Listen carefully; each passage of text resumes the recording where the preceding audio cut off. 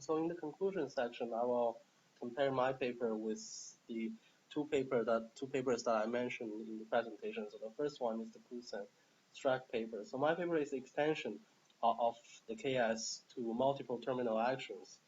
And also one main difference is that in KS, the single crossing condition is an assumption or a sufficient condition for implementing single cutoff rules. And here, the single crossing condition is a sufficient and necessary condition for implement all single cutoff rules.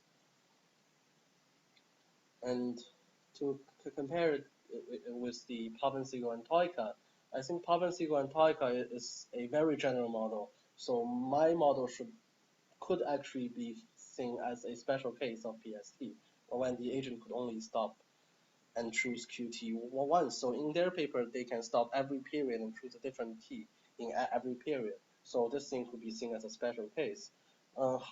However, I think it has a simpler expression for the single crossing condition. And also, the main difference is in PST, SC, single crossing is a sufficient condition for implementing a particular stopping rule. And here, the single crossing condition is sufficient and necessary for implementing a class of stopping rule at the same time. And also one thing I think is nicer is in PSC, because the model is very general, so there is no closed form formula for the prices. There is only one first order condition that characterize the prices. And here, the closed form solution that is modified from the Cruz and Strack paper still applies in this specific model.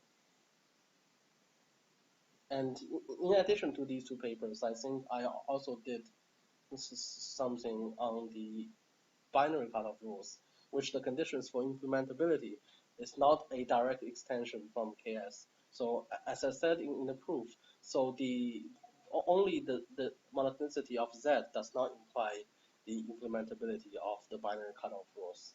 And also the model with two types of Q are not a special case of Pavan-Segal and Toika.